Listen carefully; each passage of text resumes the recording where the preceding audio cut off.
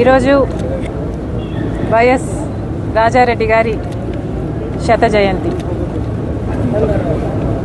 రాజారెడ్డి గారి 100వ జయంతి. రాజారెడ్డి గారిని ఈరోజు తలుచుకోవడానికి, నివాళులు అర్పించడానికి ఇక్కడికి రావడం జరిగింది. రాజారెడ్డి గారు అంటేనే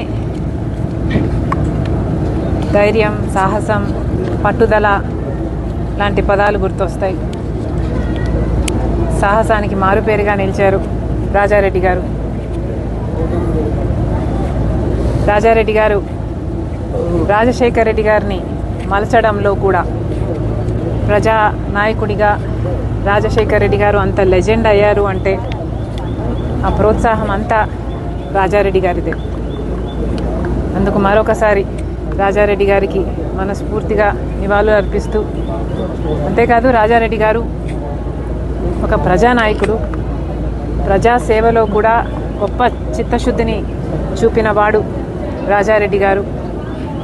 రాజారెడ్డి గారు నాకు గుర్తుండే, నేను చూడడమే, గంటల తరబడి ఎంతోమంది ప్రజల సమస్యలు వినేవాళ్ళు, పంచాయతీలు చేసేవాళ్ళు, పరిష్కరించేవాళ్ళు.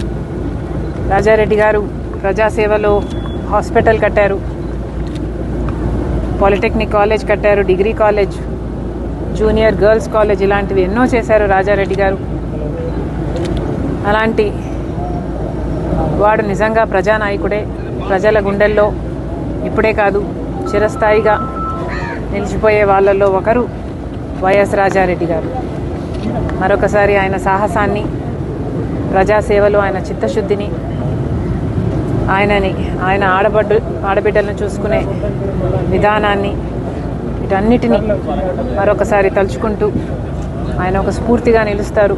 మా తరానికే కాదు, రానున్న ఎన్నో తరాలకి అని చెప్తూ మనస్ఫూర్తిగా నివాళులు అర్పిస్తాం. Thank you.